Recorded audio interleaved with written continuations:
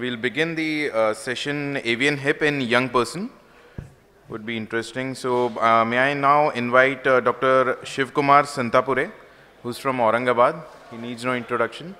He is very well known for his work, for his regime in avascular necrosis. And second faculty is one of my mentor, Dr. Vaibhav Bagaria, who's the director of orthopedics at Sir H.N. Reliance Foundation Hospital, Mumbai. So please, Shivkumar sir, please come. For me, conservative therapies doesn't mean only the pharmacological methods. I offer co-decompression, drilling to most of the patients. So for me, conservative therapy is pharmacological management plus joint salvage. So that is my conservative regime. And this has to be very clear, there has to be clear indications.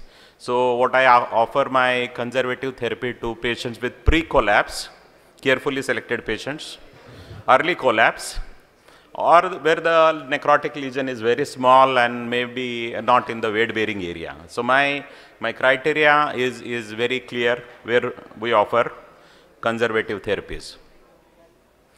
So these are the pharmacological agents. Along with drilling, we use teriparatide, denosumab, aspirin, atorvastatin, vitamin D, and a low dose methotrexate. So this is what and this is not a ready-made cocktail. This is over a period of last few years, we have come up with this regime.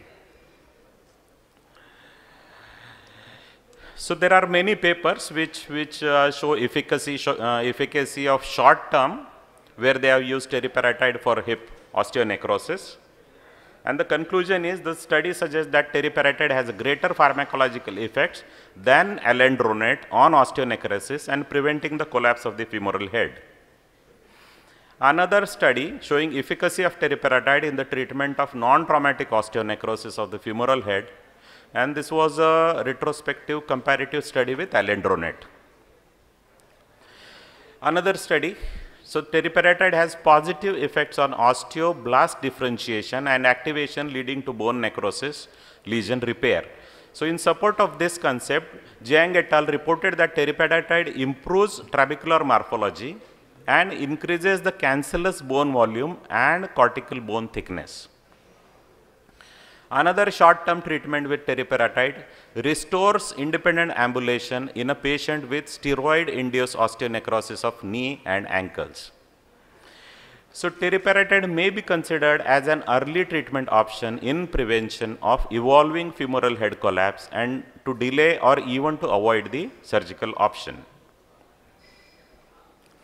Coming to bisphosphonates, is bisphosphonates effective in conservative treatment of avascular necrosis of hip? So again, this is now a well established fact. Many studies ranging from level 1, level 2, level 4. They have used zoledronate and alendronate, and the survivorship was ranging from 60 to 90, as high as 90%. And the mean follow-up was a minimum of 24 months in all these studies.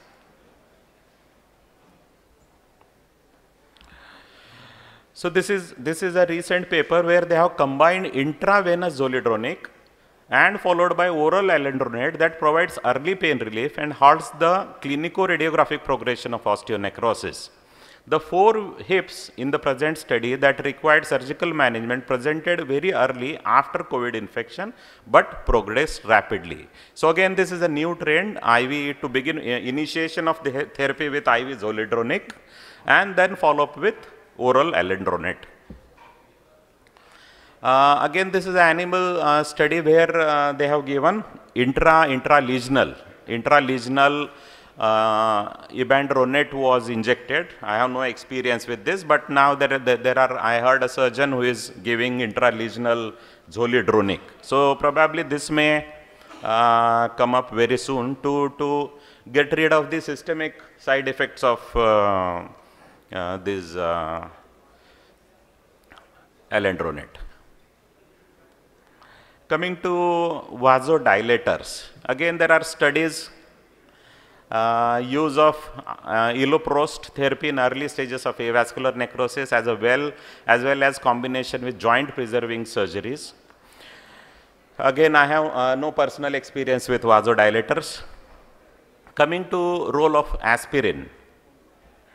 So finding from this observational study suggests that aspirin administration for patients in early to intermediate stages of non-traumatic osteonecrosis halts the radiographic progression and many may actually reverse the disease process in short term. Such effects are supposed to arise from aspirin's known anticoagulant properties, its modulatory and protective action on the vascular endothelium. Coming to statins, that is there any role of lipid lowering agents such as atorvastatin, rosuvastatin? So the purpose of this study was to determine whether the use of statin drugs affects later development of osteonecrosis, patients already receiving steroids. So these patients were on steroids for some other reason. The records of 284 patients who were taking statin drugs at the time they were started on high dose of steroids were examined to determine whether they developed osteonecrosis.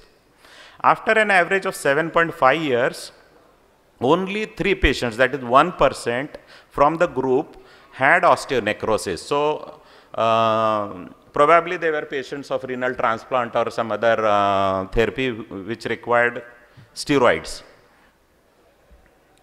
Coming to how much effective is the denosumab in preventing avascular necrosis of the femoral head.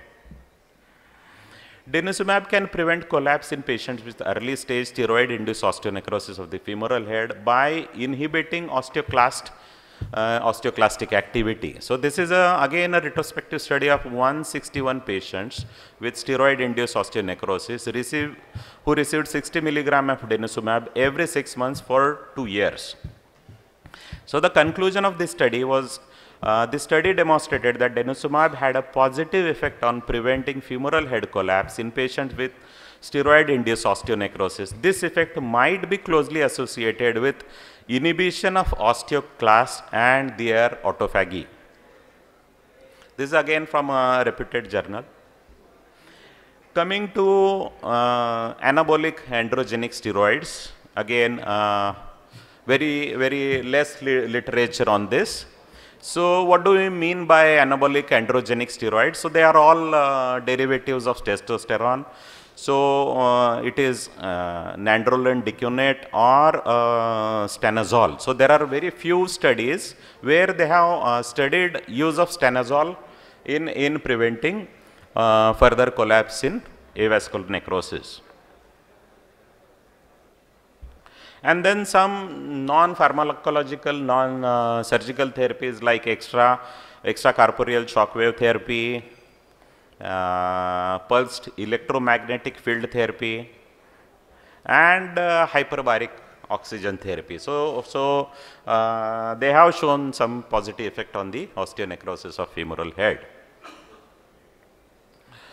So coming to my regime, what personally I am using since last 2 years, because the number of patients coming to our clinics has tremendously gone up, and we cannot offer total hip replacement to every patient. So we need to treat some patients conservatively, and then so mainly they are pre-collapse or early collapse, and with small lesions which are not going to progress very soon. And patients who are not ready or very eagerly willing for total hip surgery, they can be definitely treated with this regime. So again, we discussed all this. So the take-home message is, surgical treatment for early vascular necrosis of femoral head is still an unsolved issue. So in the past, we have done core decompression, we have done various types of bone grafting, we have done muscle pedicle bone grafting, we have done free fibula, vascular fibula. They are all major surgeries, and once you do these surgeries, patient starts expecting a lot from these surgeries. So I do major surgeries for preserving the hip. Only surgery I do is a multiple drilling. During the past 2 decades, numerous techniques developed with varying results. So there is no consistency in these major surgeries. Multiple drilling is a minimally invasive procedure compared to core decompression with comparable benefits. So why create a big hole and risk fracture? So it's a minor surgery. If done before collapse, it dramatically decreases pain and it arrests the progression of the disease. So judicial medical management and timely decompression by multiple drilling can give natural hip and can avoid total hip replacement. Thank you.